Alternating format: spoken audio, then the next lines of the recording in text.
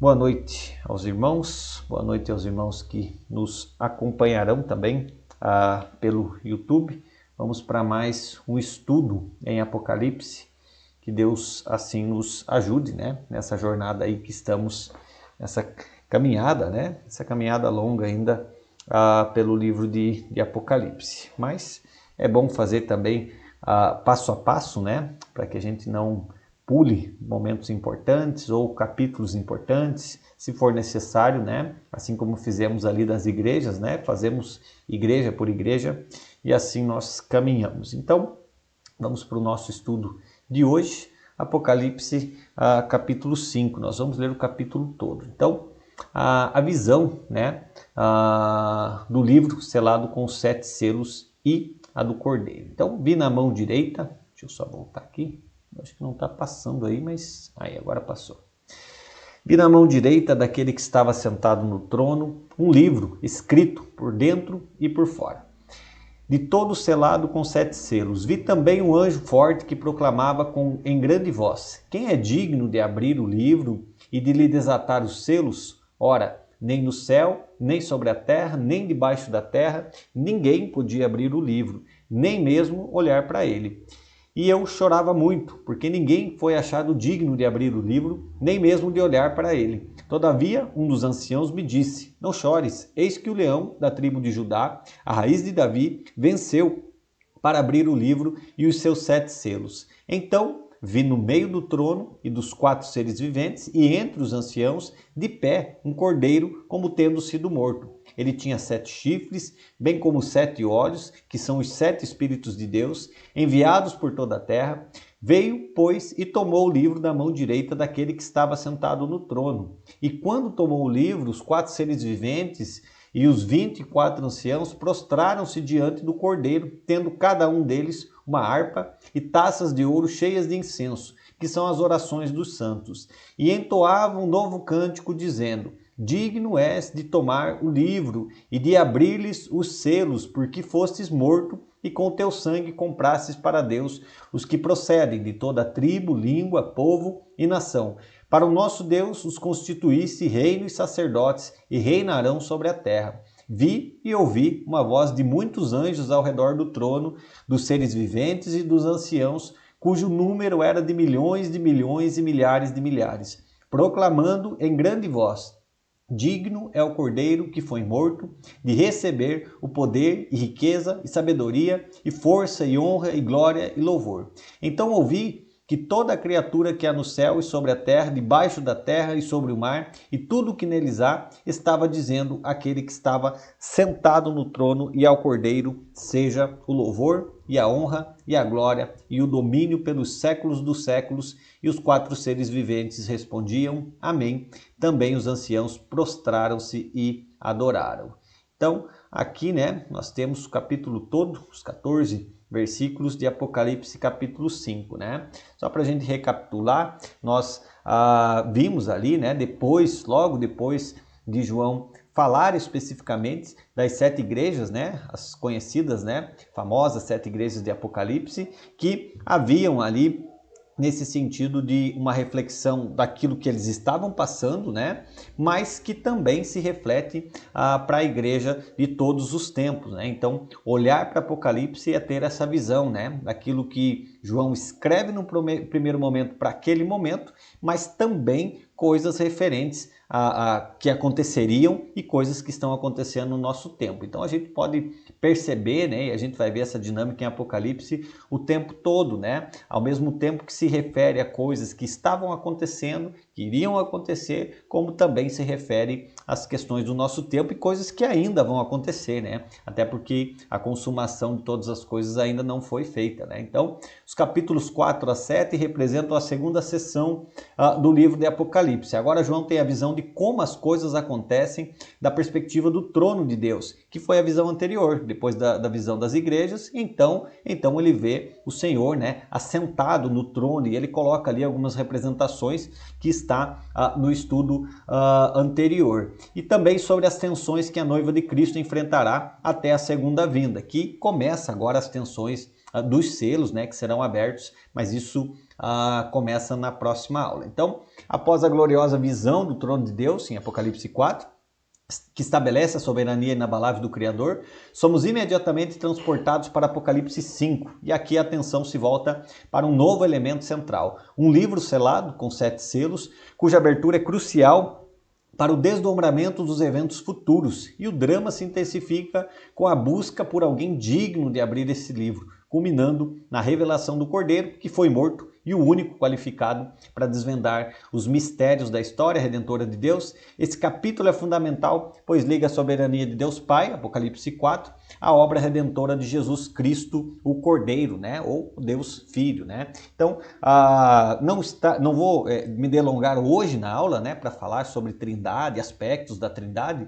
mas para os irmãos, né, que estarão ali no grupo, eles poderão acompanhar lá ao fim, né? Eu sempre encaminho os slides e nos slides, na parte final, tem uma explicação lá sobre a Trindade, né, ontológica, Trindade econômica, só para os irmãos terem uma ideia, né, daquilo que significa, porque senão, mas no Apocalipse 4 ele viu Deus Pai, né, sentado num trono, e daí agora capítulo 5, Deus Filho.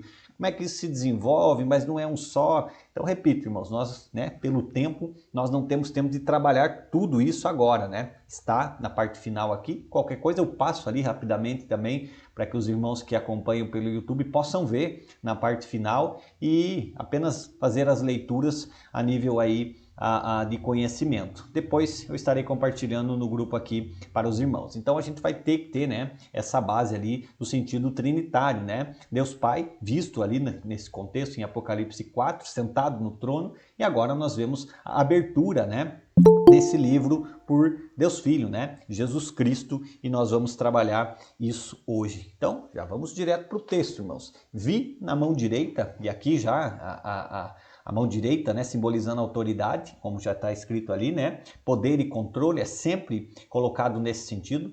Na mão direita daquele que estava sentado no trono, um livro escrito por dentro e por fora, selado com 7 selos. Então a mão direita, essa mão de autoridade, de controle, né, da visão ainda anterior que João teve, ele que estava sentado no trono, está nas mãos de Deus Pai, lembrando aí o contexto da Trindade, e o soberano do universo, e já indica a sua importância e o fato de que seu conteúdo está sobre a completa soberania divina, ou seja, está nas mãos do Todo-Poderoso. E aí, depois por isso vem as expressões, né? Quem é digno de abrir um livro que está selado ali nas mãos do Todo-Poderoso?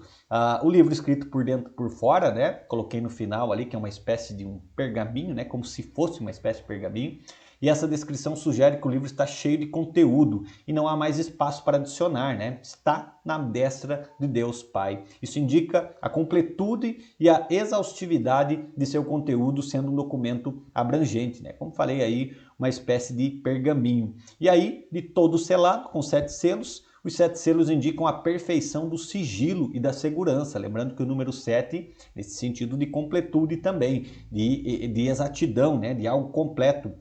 Ninguém pode abri-lo, nem a devida autoridade. Teologicamente, né, esse livro representa os decretos divinos e os propósitos de Deus para a história da redenção e do juízo, o plano que levará à consumação de todas as coisas. Por isso, depois nós vamos ver ali a expressão que João vai utilizar ao se deparar com essa cena, né, e ver que não tem ninguém digno, né, de abrir. Vi também aí um anjo forte que proclamava em grande voz, e aí ele faz aquela pergunta, né, justamente aquela pergunta sem resposta, né, ou com a resposta já pronta, né. Quem é digno de abrir o livro e de lhe desatar os selos? Ora, nem no céu, nem sobre a terra, nem debaixo da terra, ninguém podia abrir o livro, nem mesmo olhar para ele. E eu chorava muito, porque ninguém foi achado digno de abrir o livro, nem mesmo de olhar para ele. Então, irmãos, só para a gente ter uma noção aqui, né? Deus Pai assentado num trono, a visão que ele tem, um livro sendo segurado, uma espécie de pergaminho, e ninguém digno nem de olhar para o livro. Então, só para a gente perceber, né, a grandeza da visão que João teve. E aí a pergunta, né, do anjo forte é um desafio cósmico. A dignidade aqui, né, vai se referir à capacidade moral e autoridade inerente para desvendar e executar os propósitos de Deus. Ou seja, quem é que vai pegar isso das mãos do Todo-Poderoso? Quem é digno, né? E aí ele coloca expressões ali, nem no céu, nem sobre a terra, nem debaixo da terra, ninguém podia abrir o livro. E aí a declaração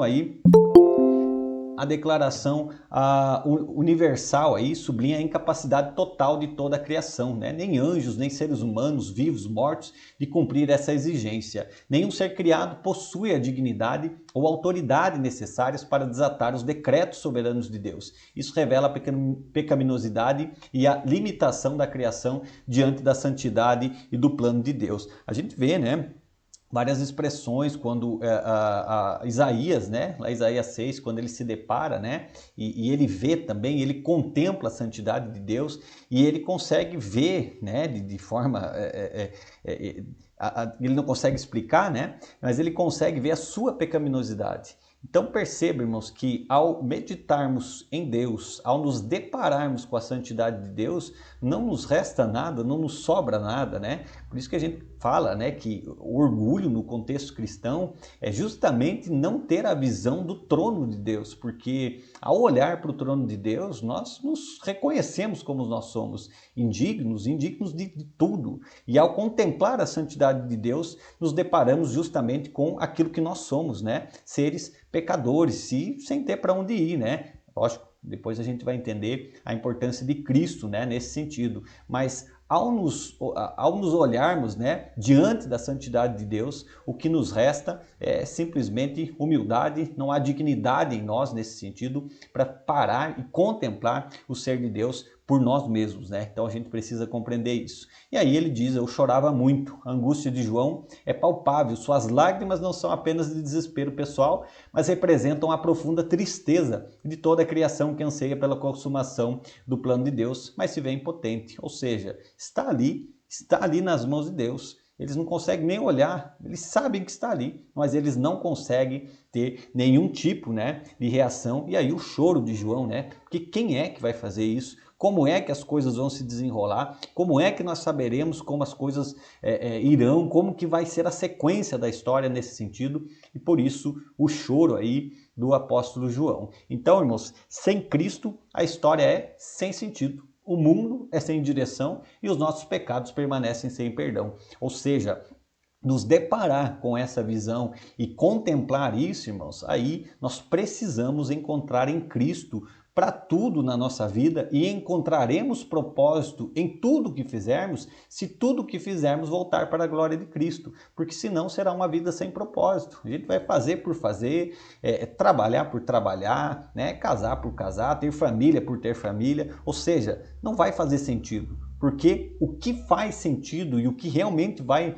nos fazer essa completude, né, digamos assim, de vida, é justamente quando tornamos toda a honra e toda a glória para Cristo, porque, como veremos na sequência, né, ele é o único que é digno de abrir o livro. Ele é o único que tem esses requisitos necessários para que possa assumir essa posição no nosso lugar, e aí, mediante a morte expiatória de Cristo, é que nós temos acesso a ele. E aí, irmãos, sabedores disso e não viver para ele é a nossa hipocrisia da vida cristã. Compreender tudo que Cristo fez, compreender toda a dignidade dele de abrir esse livro, né? Ele vai pegar aqui, a gente vai ver isso também, mas perceber isso e viver não vivendo para Cristo, irmãos, é a hipocrisia da vida cristã. É não contemplar o trono, é não contemplar a visão daquilo que Cristo fez por nós. É meramente viver para o aqui e agora e achar que a nossa vida se resume à nossa vida. Mas a nossa vida se resume a Cristo e a obra expiatória que ele fez, e só encontraremos sentido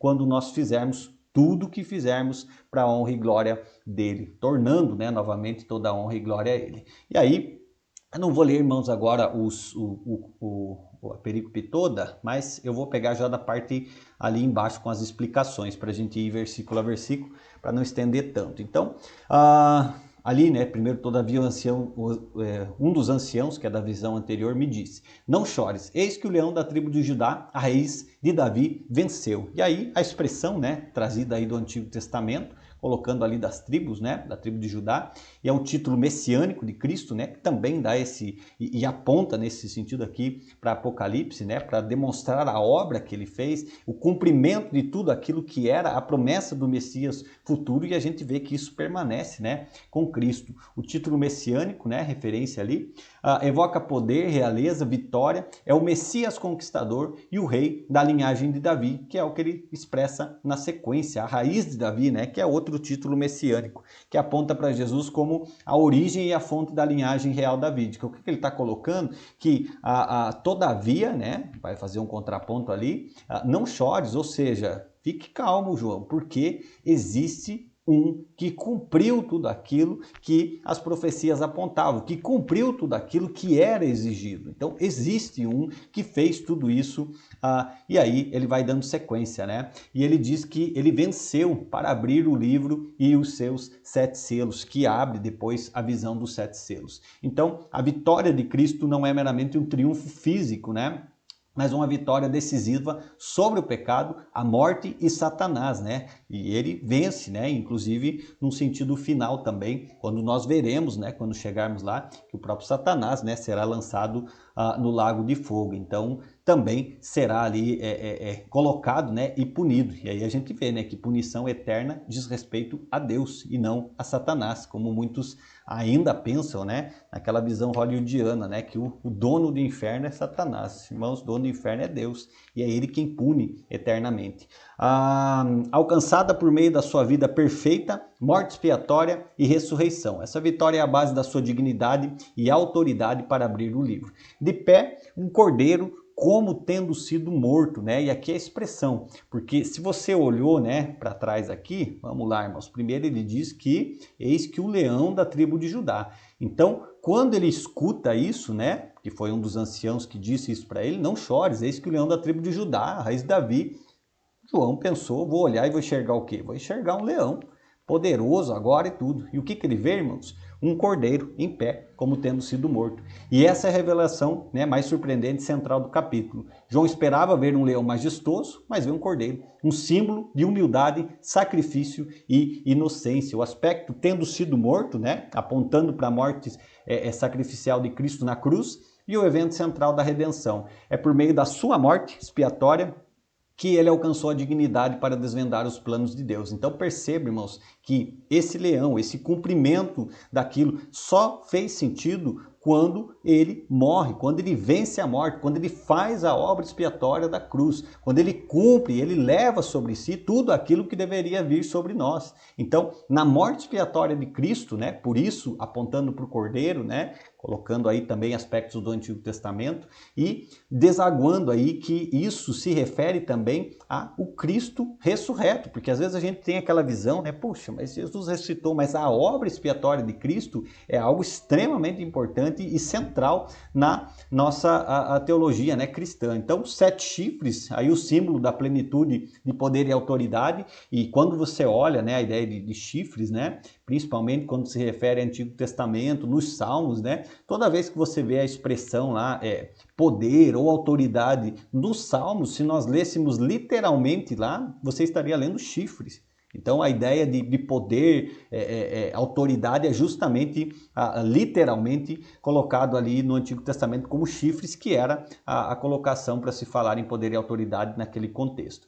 7 olhos, que são os 7 Espíritos de Deus, enviados por toda a terra, e aí colocando, né, a plenitude de conhecimento, onisciência, né? Ele está ali olhando, vendo tudo, sabendo de tudo, e a onipresença do Espírito Santo, né? E aqui fechando também a completude da Trindade. O Cordeiro em sua glória possui o Espírito em sua plenitude para executar a vontade de Deus em toda a terra. Seguindo, irmãos. Veio, pois, e tomou o livro da mão direita daquele que estava sentado no trono. Visão do capítulo 4, agora se completando no capítulo 5. E aí o clímax, né? O Cordeiro, e somente ele, tem a autoridade e a dignidade para receber e abrir o livro. Sua ação de tomar o livro demonstra a transferência e o reconhecimento de sua autoridade para executar os planos soberanos de Deus. E aquele desenvolvimento. Deus Pai envia, né? Deus Filho, ele cumpre tudo aquilo que deveria cumprir. Depois a ação, né? Hoje, que é o que nós temos, do Espírito Santo aplicando essa obra redentora em nós. E aqui nós vemos temos esse desenvolvimento, que é o que a gente vai chamar de trindade econômica, né? Quando cada parte, né, digamos assim, da trindade está numa ação, né, distinta, mas isso não dá nenhuma distinção de autoridade, porque ambos têm autoridade aí nesse sentido. Então, paradoxo cristão, o poder de Deus se manifesta na fraqueza aparente da cruz, que é a loucura da pregação da cruz. Como é que, como diz Paulo, né, a loucura da mensagem do evangelho, porque como é que pregamos um Cristo morto? Como é que pregamos um Jesus que veio, que morreu? Como é que ele, sendo Deus, ele vem, ele se faz como um cordeiro e ele vai, ele morre pelos nossos pecados, ele não faz nada poderoso nesse sentido? E aí nós vemos que o poder está justamente na fraqueza. Aí nós podemos compreender a humildade, né, de Cristo em descer, como diz lá Filipenses 2, né, mesmo sendo Deus, não julgou como usurpação ser igual a Deus, mas ele desce, ele vem, ele deixa ali e se faz carne, né? E a partir daí começa, né, inicia a obra da expiação no nosso lugar. E aí a cristologia, Jesus é o centro da história, como já vimos anteriormente, que tudo faz sentido quando volta para ele. Ele é o mediador e o executor do plano de Deus. Por isso que ele é digno de tomar o livro e abrir. Aí, a adoração universal, né? Que quando é tomado o livro, os 4 seres viventes, da visão lá do capítulo 4, como está no vídeo anterior, e os 24 anciãos prostraram-se diante do Cordeiro, tendo cada um deles uma harpa, taças de ouro cheias de incenso, que são as orações dos santos. Então, primeiro ali, a tomada do livro pelo Cordeiro, né, vai provocar essa adoração imediata, ou seja, aquela visão que João tem primeiramente de choro se transforma numa adoração ali contínua, né, de todos aqueles que estavam vendo. Os seres viventes, a criação angelical, os anciãos, que é a igreja redimida, como já vimos no capítulo anterior, todos se prostram diante do Cordeiro. Então a harpa, né, símbolo de louvor e adoração, também no céu, né? A gente às vezes fala, é lógico, a importância da pregação, irmãos, e até fica claro isso, né? A importância da pregação é para agora, né? Ninguém vai pregar o evangelho no céu. Então, por isso, de ter entendimento da obra de Cristo e anunciá-la quando? Anunciar agora, né? Colocar, falar sobre Jesus, dizer claramente aquilo que Cristo fez, colocar nossa condição real, né, sem Cristo para as pessoas, porque no céu, irmãos, no céu não tem pregação do evangelho, no céu tem louvor e adoração, rendição àquilo que nós já temos aqui, aquilo tudo que nós já fizemos aqui e onde nós queremos também que aqueles que ainda não ouviram, né, possam estar também junto conosco nesse sentido. Taças de ouro cheias de incenso, que são as orações dos santos, e a poderosa imagem mostra que as orações do povo de Deus sobem como incenso agradável diante de Deus, indicando que as súplicas dos crentes são valorizadas e desempenham um papel na execução dos planos divinos. Então, irmãos, essa ideia de que, mas vou orar para quê, irmãos? Leia esse texto aí, irmãos, e aí você consegue perceber a importância das orações dos seus, né? Deus ouve as nossas orações e elas chegam até o trono de Deus. Isso é muito importante para que possamos ter intencionalidade e entendimento quando estivermos orando e não apenas fazer, né, de maneira mecânica, como via de regra fazemos. O novo cântico de adoração é entoado, focando na dignidade do Cordeiro. E aí, porque fosse morto e com o teu sangue comprasse para Deus os que procedem de toda tribo, língua, povo e nação. A dignidade do Cordeiro não está em sua força, né, majestade externa, né, como o leão, como já vimos ali, mas em seu sacrifício expiatório, né, o Cordeiro que estava ali como morto, mas ainda em pé, né. É o derramamento de seu sangue que opera a redenção universal, comprando pessoas de todas as raças, culturas para Deus. Esta é a essência do Evangelho e da doutrina da expiação substitutiva. E é interessante, né? Porque quando a gente olha aqui o novo cântico, né? A gente vê que é cristocêntrico, que é voltado para Cristo, né? Quando a gente vai ver os louvores hoje em dia, a gente acaba se preocupando muito, né? Porque nós vemos algo completamente antropocêntrico, voltado para o homem, né? Para satisfação, para que Deus faça alguma coisa por nós, mas o único que é digno de receber toda a honra, toda a glória, toda a adoração, via de regra, às vezes acaba ficando em segundo plano, né? Ou acaba virando um mordomo nos louvores que acabamos entoando, ao invés de ser o centro da nossa adoração. O propósito da redenção e para o nosso Deus os constituir-se reinos, sacerdotes e reinarão sobre a terra. A redenção tem um propósito teleológico, né? No sentido de que já está, né, cumprido e está se cumprindo. e já está completo, né, no sentido final. Os redimidos são transformados em um reino, sob o governo de Cristo, sacerdotes com acesso direto a Deus, com o privilégio de ministrar a ele, e a promessa de que reinarão sobre a terra, aponta para a participação dos santos no governo escatológico de Cristo, ou seja, aquilo que seremos, nós já estamos caminhando para isso, ou seja, estamos nesse processo onde um dia reinaremos com ele. Aqui reinarão sobre a terra, chegaremos lá, né, para ver onde será esse céu, né, que às vezes o pessoal acha que vai pisar nas nuvens, não é bem assim, mas vamos lá. Vi e ouvi uma voz de muitos anjos ao redor do trono, e aí dos seres viventes e dos anciãos, cujo número era de milhões e milhões e milhares de milhares, proclamando em grande voz. E aí, aqui também, né, tem louvores nesse sentido. Digno é o Cordeiro que foi morto de receber o poder e riqueza, sabedoria, força, honra e glória e louvor. E aí um número incontável dos anjos que se une na adoração. Então pensa, irmãos, você tem aí a proclamação do céu, né? Aqueles seres ali olhando, né? Lógico, trabalhando também em certo sentido para Deus, mas contemplando o Cristo ressurreto, aquele que veio, aquele que morreu, aquele que é digno, o único que é digno, e aquilo que sobra é somente louvor e adoração. Proclamando a dignidade do Cordeiro de receber uma lista de 7 atributos, né? E aí, mais uma vez, o 7, né? Poder, riqueza, sabedoria, força, honra, glória e louvor, num sentido completo, ou seja, um louvor, né? Última palavra ali, mas dando esse sentido de completude. Cada atributo reflete a perfeição de Cristo. E aí a adoração cósmica, versículo de número 13, a adoração se expande para incluir toda a criatura que há no céu, sobre a terra, debaixo da terra e sobre o mar. E aí a adoração universal, cósmica, um reconhecimento de que toda a criação, em última instância, louvará a Deus, ao Deus Pai e ao Cordeiro. E aí, mais uma vez, né, estamos colocando aqui o desenvolvimento sobre um louvor genuíno, né? Que se estende, está no céu, está na terra, está em todo lugar, todo ser, né? Como diz o Salmo lá, que respira, louve ao Senhor. Nós precisamos ter essa compreensão de que aquilo que permanecerá, e nós vamos ter isso claramente aqui no desaguar de Apocalipse, né? À medida que avançamos, que aquilo que permanecerá para sempre, irmãos, sempre será louvor e adoração a Deus. Perceba, irmãos, que às vezes aquilo que fazemos agora, né, como uma ponta daquilo que faremos por toda a eternidade. Às vezes a gente passa despercebido, né,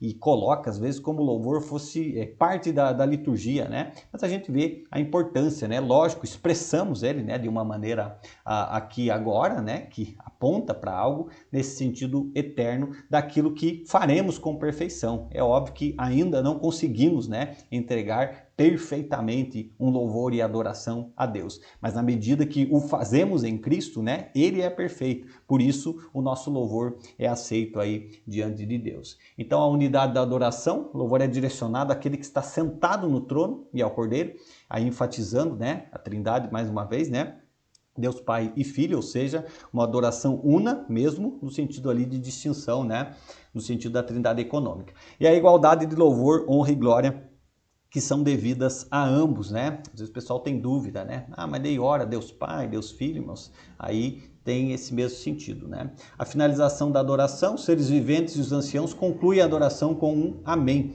prostrando-se, selando a majestade e a verdade de tudo que foi proclamado.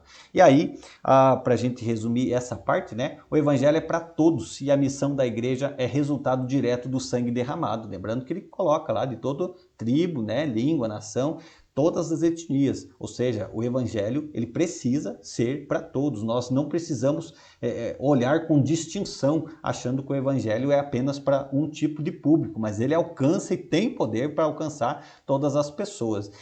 Só para os irmãos perceberem, vamos pensar numa dinâmica aqui, irmãos. Se você tiver aí, vamos supor, saiu, foi dar uma volta aí de repente você olhou ali, está lá numa praça, aí você tem um tipo de pessoa que você olha e você tem certo tipo de preconceito, certo? Você olha e você fala, não gosto desse tipo de pessoa não. Seja por vestimenta, seja por qualquer coisa, irmãos. Perceba, irmãos, que o evangelho é para todos. E perceba que nesse mesmo campo de visão, ao olharmos alguém sentado com a Bíblia na mão, a gente vai preferir e vai ter a tendência de sentar onde? Sentar com aquele que está com a Bíblia na mão. E ficar ali, né, conversando, falando sobre o evangelho, para pessoas que não precisam ser evangelizadas. Então, perceba, irmãos, que às vezes a gente tem um ponto de vista completamente equivocado com relação ao Evangelho. Às vezes a gente quer curar quem já está curado. Às vezes a gente quer falar com quem já está são, ao invés de ir atrás de pessoas que nós não gostamos muitas vezes, de pessoas que vão ser extremamente contrárias àquilo que nós pensamos, que não fazem parte da nossa bolha. E aí, irmãos, o Evangelho é a solução para todo e qualquer tipo de problema social. Não é política, irmãos, não são políticas que as pessoas fazem. O Evangelho é a solução. Porque políticas públicas, irmãos, diz respeito ao aqui e agora. O Evangelho diz respeito à eternidade. E a gente precisa olhar para as pessoas visando a eternidade. Porque a partir do momento que selecionamos com quem queremos conversar, nisso já estamos fazendo uma pregação, irmãos, do Evangelho completamente equivocada. O Evangelho precisa alcançar a todos. E é o nosso papel ir a esses que precisam ser alcançados. Deus ainda tem um método, irmãos, e é a pregação do Evangelho. E é a única forma que vai fazer com que pessoas sejam alcançadas. Não é um resultado, irmãos, que vai definir que você está glorificando a Deus. A pregação do Evangelho glorifica a Deus, a pessoa aceitando ou não. E a gente precisa compreender que o nosso papel é pregar o Evangelho o tempo todo, para toda criatura, para todo tipo de gente, inclusive e principalmente aqueles que nós porventura não gostamos, seja por qualquer motivo. Liturgia celestial, né? Aí o culto verdadeiro é centrado em Cristo, proclamando sua obra redentora, né? Aquilo que nós já desenvolvemos aqui, né? Que o culto verdadeiro precisa ser centrado em Cristo, não no pastor, não nas condições, né, que hoje em dia a gente vê, né, a impressão que dá que o artista principal é o pastor, né, misericórdia, irmãos. O principal do culto precisa ser Cristo, né, a adoração precisa ser a Ele e não a nenhum tipo de pessoa, a nenhum tipo de ministério, seja louvor, seja aquilo que for, a adoração precisa ser centrada e todos os ministérios do sentido de igreja precisam desaguar e apontar para Cristo, porque se não apontamos para Cristo, estaremos fazendo para nós mesmos, né, e a gente viu, né, já uma das igrejas ali, né, que à medida que fez toda a programação voltada para si, Cristo estava do lado de fora, né? Por isso que ele falou lá, eis que estou à porta e bato. Se alguém ouvir a minha voz, entrarei, cearei com ele e ele comigo. Imagine, irmãos, fazer tudo na igreja, mas tudo voltado para si, como um fim em si mesmo, e Cristo do lado de fora. Esse não é o objetivo da igreja do Senhor. E aí, caminhando já para nossa conclusão, né, a teologia sistemática envolvida em tudo aquilo que falamos, né? A cristologia, o Cordeiro é o centro da soberania divina, ou seja, Cristo precisa ser o centro da nossa adoração. Soteriologia, né, apontando aí no sentido afinal, né, a redenção é pela morte substitutiva do Cordeiro, e aí nesse sentido salvífico, né, nós precisamos olhar o sentido redentivo, compreender a morte substitutiva, olhar como João viu primeiramente e chorar porque a nossa condição realmente é de choro, porque ao contemplar a santidade de Deus, não há ninguém digno de abrir o livro. E aí quando olhamos para Cristo, encontramos novamente esperança, porque Ele é o único que é digno de receber toda a honra, toda a glória, todo o louvor e de ser visto, né, da forma correta. A nossa vida não diz respeito, irmãos, a nós mesmos, como muitas vezes se prega, né, uma autossuficiência por aí. A nossa vida diz respeito a Cristo e a obra que Cristo fez. E ela só vai encontrar em propósito, irmãos, quando nós olharmos para Ele e nós caminharmos colocando tudo, mais uma vez, irmãos, tudo da nossa vida voltado para Ele. E aí eu coloco, irmãos, todas as coisas, seja sua casa, seu carro, sua família, tudo precisa ser olhado com os olhos corretos para o trono e para aquele que é o único que é digno de abrir, né, o livro. A missiologia, a morte de Cristo garantiu um povo de toda a etnia, e aí coloco, não rotule, irmãos, não rotule quem vai para o céu, quem não vai, não rotule quem você acha que vai ser salvo ou não. Qual que é o parâmetro para eu fazer isso, irmãos? Se Deus conseguiu nos alcançar, Ele pode fazer qualquer coisa. O parâmetro é você mesmo. O parâmetro é você um dia ter chorado, assim como João chorou, e compreendido que, poxa vida, o que é que eu vou fazer? Eu já compreendi que eu sou pecador e não tenho como ter acesso a Deus. E aí você olha para aquele que é o único, que é digno de abrir e falar sobre ele. Porque às vezes a gente é tão egoísta, irmãos, que isso deságua até na nossa fé. Às vezes a gente é tão egoísta que acha que vai para o céu sozinho, né? E aí não compartilhamos a mensagem. E escatologia, né? O Cordeiro revela e executa os planos futuros de Deus. E aí tem ontologia, a glória do Cordeiro é igual à glória do Pai, né? Concluindo, irmãos, o choro de João se transforma em adoração. Aquele que iniciou chorando, porque não havia ninguém digno de abrir o livro, ele vai terminar em adoração junto com todos os seres ali, né? Pois a incapacidade da criação é superada pela dignidade e obra do Cordeiro. Isso nos garante que, por mais sombrias que as realidades terrenas possam parecer, o Cordeiro já venceu e está executando o plano de Deus. Por isso que ele já tomou ali os selos, e nós vamos ver até, né, que os selos não diz respeito a coisas que acontecerão. Nós vamos ver essa dinâmica, né, que coisas que estão acontecendo e que acontecerão também no futuro. Então tem essa dinâmica aí, a dupla, né? Apocalipse 5 não é apenas uma visão do que virá, mas um poderoso lembrete de quem está no controle da história e qual é a base da nossa fé e esperança. O Cordeiro que foi morto, mas que vive e reina para sempre. Irmãos, aquilo que nos aponta essa visão daquilo que é eterno, aponta a visão para o trono de Deus, olhando para Cristo, irmãos, isso deve moldar a nossa vida hoje. Apocalipse não diz respeito ao que vai ser. Apocalipse diz respeito ao que você está fazendo hoje da sua vida cristã. Apocalipse é um lembrete de onde estão os nossos olhos. Se estamos contemplando o trono, a santidade de Deus, olhando aquele que é único e digno de abrir, ou será que estamos olhando para a nossa vida apenas para o aqui e agora? Ou será que estamos apenas contemplando e achando que a solução virá do novo presidente, a solução virá de uma nova filosofia que vai surgir, a solução vai vir porque as pessoas vão chegar num ponto de conhecimento onde todo mundo vai encontrar harmonia?